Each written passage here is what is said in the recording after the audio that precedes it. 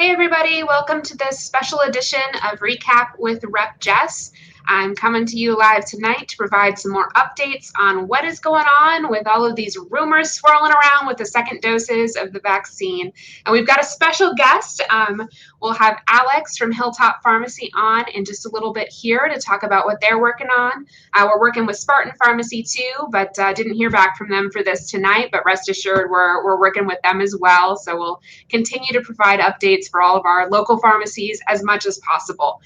So I want to give you all real quick before we dive into Q&A with Alex, some of the background of what I've been hearing and what's going on. So in our Democratic Policy Committee hearing on Monday, we had a conversation with the Pennsylvania Department of Health where they told us that providers and patients should not be worried about the second doses of the vaccine because those were being guaranteed. So when I started the day yesterday, that was the information that I was operating from. And then yesterday afternoon, I began to hear from some of our local pharmacists and from constituents who were concerned based off of what they had heard from the Department of Health. They had received an email stating that they would not be getting the doses that they needed this week to provide that time-critical, time-sensitive second dose of the vaccine. And because those pharmacies had begun to contact many of you, their patients, letting them, all know that, they would need to cancel your appointments, I began to hear from you all as well. So I had put out a statement saying, I'm aware, I'm looking into it, I'm pressuring the Department of Health on it. And I spent quite a lot of time on the phone yesterday, whether with you all, my constituents, or with some of our local pharmacists to try to get to the bottom of what was going on. And then around 9:45 p.m. last night, I received an email from the Pennsylvania Department of Health, which indicated that the emails that had been sent to the pharmacists had been sent in error, and that we should be assured that the second doses would be secure. So I posted that on my social media channels. Some of you saw that. And I wanted to put your minds at ease as much as possible. And I will say, we have been told by the Pennsylvania Department of Health that those second doses are guaranteed. You may not get them at that 3-week mark, but you will get them. This is what the Pennsylvania Department of Health is saying before the efficacy of that first dose wears off. So then last night I was on the phone with Alex from Hilltop, and she was letting me know that the email that they got, the corrected email that they got from the Pennsylvania Department of Health, still said they wouldn't be getting any doses this week. And we'll be talking with Alex about the latest update on that as well. But I've also emailed the Department of Health for clarification to try to figure out what's going on with the doses for Hilltop Pharmacy and for Spartan Pharmacy when it comes to that second dose of the vaccine. And I haven't heard back from them yet, but rest assured that as soon as I do, I will be updating you all on Facebook and Twitter about that too. And I want to highlight, our local pharmacies have been doing just an incredible job of making sure that we are getting shots into arms as quickly and efficiently as possible. And I just want to thank them all so much, right? Whether that's Hilltop or Spartan or any other of our local pharmacies who are doing that hard work. It is so critical that our Department of Health avoid these future communication and logistical problems and to make sure that they are truly prioritizing those time-critical second doses. All right, so now I'm going to go ahead and bring on Alex from Hilltop Pharmacy here. Alex, thank you so much for coming on today. I'm so grateful with everything else you have going on that you were willing to come on here and provide an update for folks about what you all are going through. So I'll let you go ahead and introduce yourself real quick and kind of let folks know what's going on. Alrighty, so I'm Alex Lavella. I am the pharmacist here at Hilltop Pharmacy. I also am part owner with my parents, so we're in the thick of it. Basically, what has been happening is when this all started, we had received doses to do first responders and those that qualified into 1A, which it essentially has started with medical personnel. Obviously, since the state of Pennsylvania has shifted and accepted the federal guidelines, which now puts our over 65 population and 16 to 64 with the comorbidities and a few other speckled people along the way, all into this 1A category. We got, it started with a couple hundred doses, and then 1,000, and then 1,500 and 1,600, and we were actually being able to fulfill these dose counts that they were giving us a week. That being said, we were executing this by doing clinics of anywhere between 300 to 1,000 a day. So this week was dose 2 for most of my people. It was very exciting. You're ending what you started. And this week, we early on in the week, so like Sunday, Monday, we received confirmation that, oh, you're going to get your doses. Don't sweat it. Yesterday, we got a call at 9 a.m. and we were talking with them, and they said, oh, it's still coming. Really, don't worry about it. By noon, we received a letter saying, we're sorry, it's not coming. And this put me in a position that, as the healthcare provider, I never want to be in, or as a person, I never want to be in, just having to let down a huge amount of people that I want to help and want to make it better for. So we ended up having to postpone our 2 clinics this weekend. With the postponement, we kind of let people know, we're calling, we're doing everything we can. Maybe you guys reached out to local representation like Jess and, some of the other representatives, as well as the Department of Health, may help move this along. So there's been a ton of disconnect somewhere along the lines. We did not receive vaccine this week, and we will not be receiving vaccine this week. That being said, that isn't the exact thing we had really been told when this started. We were told, don't save vaccine, get it in arms as quickly as possible, do what you can. And that they'll take care of the second dose. It should be arriving 21 to 27 days before the next dose. So now, lo and behold, today, tomorrow, and Sunday is day 28 for most people. The positive news, it's okay. You have quite a bit of wiggle room, quite a bit of leeway. We have up to 6 weeks from that first dose to continue to administer. With your first dose, you are still 60-80% protected, which in my opinion is better than none. We should all still be wearing masks and socially distancing and all the other fun things that come along with the pandemic. But I have to applaud Rep. Jess and quite a few of the other representatives, along with the people that I hate to say we've let down, but your voices were absolutely heard.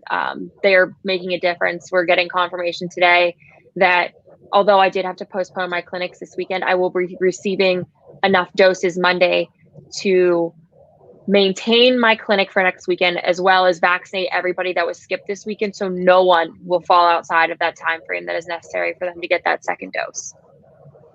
I am so glad to hear that, because I know that has been a top concern for folks, is if I miss that 28-day mark, am I in trouble? And I had heard that 6 weeks was okay too. So it's great to hear you confirm that, and even better to hear that, you had to cancel this weekend, which is unfortunate, because I know that there are logistical challenges for putting those clinics together. But at least by next week, we'll be catching up on folks. That is really good to hear. Can you say a little bit more about broadly what your experiences have been like throughout this vaccination process? This week's mess ups aside, what has it been like? I think folks need to know and to hear from a pharmacist. I tell the Department of Health things, so I think it's important for your voice to be heard as well. So from my point, it has been a bit busy. We'll call it that. So typically how our vaccine works is you put in almost a bid style to the state where you say, this is who I'm covering or who I can cover or who I have scheduled.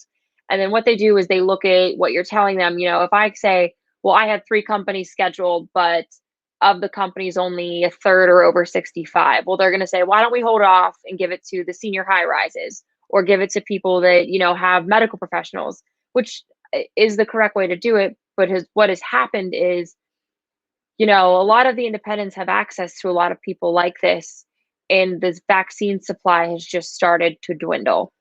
And it's smaller and smaller.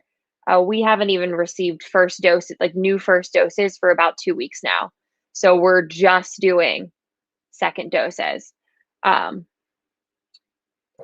But on a typical day, if I'm going to receive vaccine, it's sort of a surprise. So I either get an email the night before at between 4 to 6 p.m. with a tracking number letting me know it's coming, or I get an email from the department at about 6 a.m. letting me know it'll be there by 9. So there's just a lot of moving pieces, and right now the system we have is functioning, it's just not cohesive. Um, you know, moving forward, we would love to see a system that you guys have access to see, that we have access to see, where I'm not hoping to get what I'm asking for, and that, you know, my second doses are guaranteed. I can see them, I can see where they're at, I can see where they're sitting. But right now, we're still just kind of waiting on that system to be in place. Uh, and then as far as patients go, we're doing our best. I have a staff of 3, which is, I know, huge. But we are really trying to answer all the phone calls and answer all the emails and do what is absolutely best for everybody. I'm made the promise to a lot of people at our clinics that I will not forget about them. This is not a one and done. I will make sure they get their second dose, whether I have to do clinics after hours or go on a Tuesday instead of a Saturday. But we're gonna make it work. It's just logistically figuring everything out can be a bit of a racket, especially when the piece that I need, which is the vaccine, is the only piece that's questionable. I definitely hear you there. And like you, I would tell folks, I don't forget about you. You will always get a response from my office. I don't care how late I have to stay up. I don't, I was, I think, 12:30 last night by the time I I'm was sorry. done. No, that's the job, right? I mean, that, is what I love doing, is making sure that if folks aren't hearing back from the Department of Health or from, other elected officials, that they will always hear back from me, that I will never forget about them. And that's why I love doing this work. And I think, what you're hinting at here is that a big part of the puzzle is that we just aren't getting enough vaccines in Pennsylvania. From what I've seen, there are about 4 million people who would qualify for 1A in Pennsylvania, which means, with the 2-dose system, that's 8 million vaccinations. And that in total, we've gotten about 1 million doses from the federal government, which is nothing compared to the Yeah. pool of folks in 1A that we have to vaccinate. So, that seems to be a big limitation. So I always tell folks, I'm working as hard as I can on the state level, but definitely make sure you're reaching out to your federal representatives as well to let them know, hey, this isn't sustainable. We have to do better. We absolutely have to do better. So can you talk, you mentioned briefly the impact the latest communication impacts have, the latest miscommunication has had an impact on you and the way that you've then had to talk with your patients. Can you tell me a little bit more about what that's been like? It's difficult because being told one thing and that it's coming, we're talking to people who are desperate in not great situations, that are kind of at their wits' end. They want to see their families. They want to be able to go back to the grocery store and feel safe. People that are immunocompromised, or people that are waiting on procedures or waiting to be placed into assisted living. These everyone uh, is kind of clamoring for this vaccine. And it's understandable. It glimpse it hopefully what will go back to being normal. Um, and kind of what we have to remember is we're going as fast as we can, at least on my level and my end. But there's just nothing happening right now. Um, so one, don't get discouraged, especially if you call a pharmacy and got on a waiting list and don't hear anything. It is not because they're ignoring you. It's not because they're prioritizing others. It's purely for the reason of, I don't have anything to update you about. And I don't get me wrong, want to call you tomorrow and say I have 1,000 dose ones coming in to give you, and I can guarantee you dose 2. But right now what's happening is, the only news that I've been able to give over the last 2 days is bad news. And that's not always easy. But I will tell you, we're getting through this. But when I'm getting emails from the health department saying, it's coming, what then happens is I send out my confirmation emails very excited. Your clinic's happening. You're gonna get your dose. And then on the reverse side of that, less than a few hours later, I get I'm so sorry, but something happened and your vaccine's not coming. So all of a sudden I have to reverse that email. Um, it's difficult. It's, heartbreaking, and I feel horrible. I know it's not directly my fault at all, but at the same time, I still feel very responsible for a lot of these people that we're trying to help because I know what they go through to get places or to use technology or to get online or to fill out my forms. It's not easy, but we're hoping with moving forward that the communication becomes clearer. And now that we've kind of had a debacle like this, that it may smooth out or at least present some of the gaps that have happened. And moving forward, it might go a bit smoother.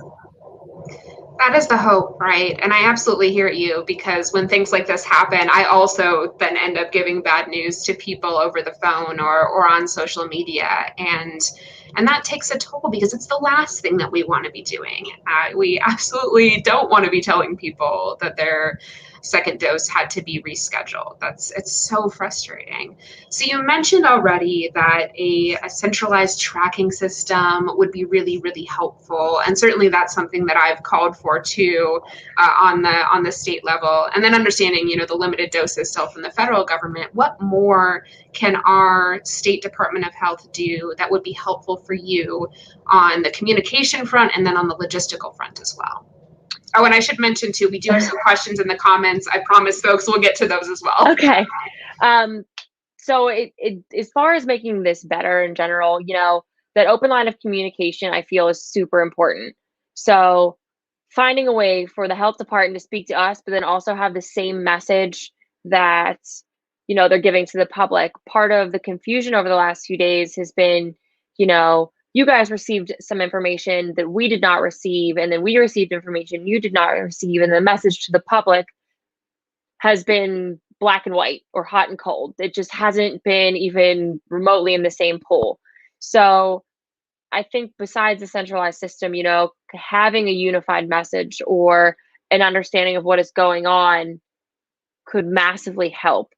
It is super difficult to have us postpone a clinic and then the next phone call be, oh, my representative put out that it's going to get fixed. The Department of Health is promising it's going to get fixed, or the Department of Health told me it gets fixed.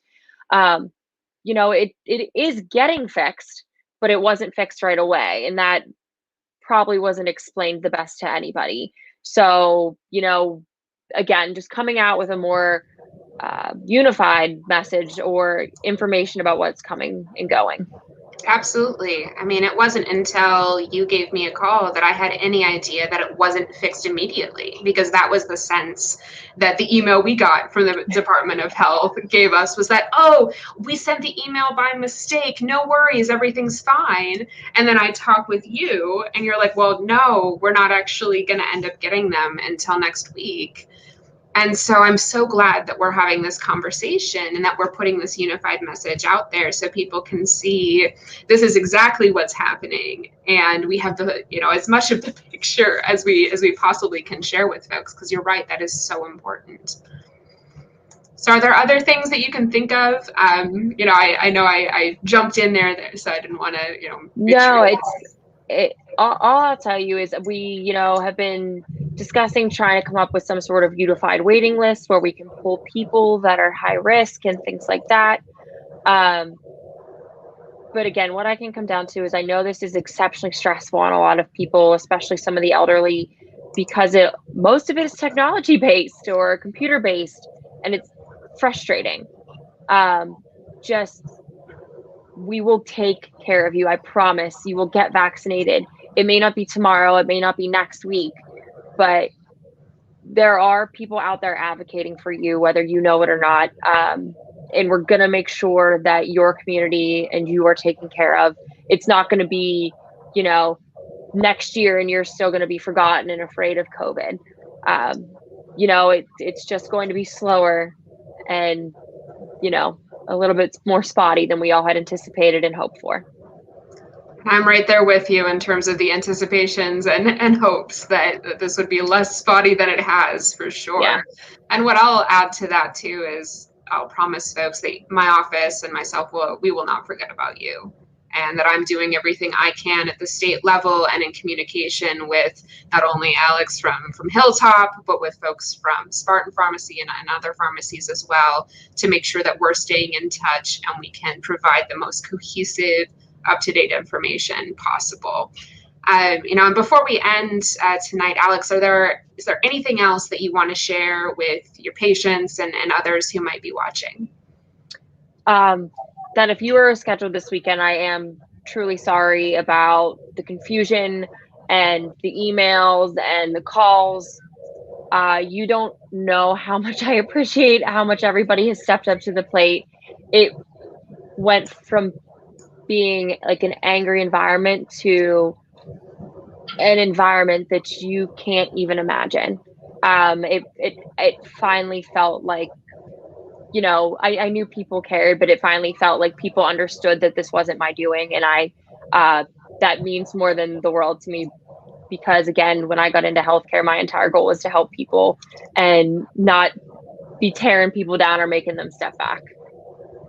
Well, I know we are all so grateful for your hard work on this. We do have a couple questions in the comments, which I'll pull up here. So here's one from Leslie. What are your recommendations for someone like my mom, who's high risk, that is due for her second dose on February 24th, that's being told the pharmacy does not have hope to have the vaccine in time, if at all?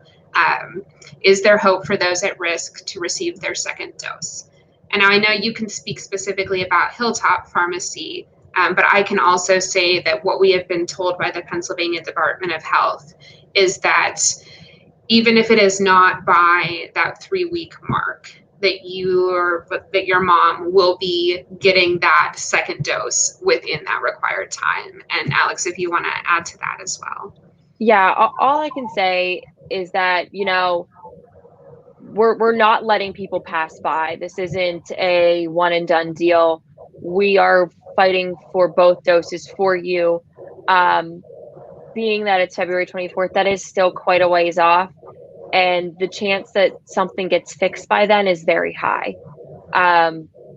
Clearly they told me I wasn't going to get vaccine for my clinics this weekend, and I didn't, but I am receiving it early next week. So the hope is that they're going to see either the flaw in this system and get it fixed, or, your mom still does have that window and it's okay. Well, hopefully they'll get her in before the end of this. And although it's waiting another week, it's another week that she's still somewhat protected on a path to full protection. Oh, thank you for helping me answer that question. I think there are so many questions that folks have that they just need that accurate information on. And I'm going to keep in conversation with Alex and with folks from Spartan to make sure we get you those answers. We also have a question here. What about help for homebound people, for example, an ALS patient on a ventilator? So Alex, if you have thoughts on that.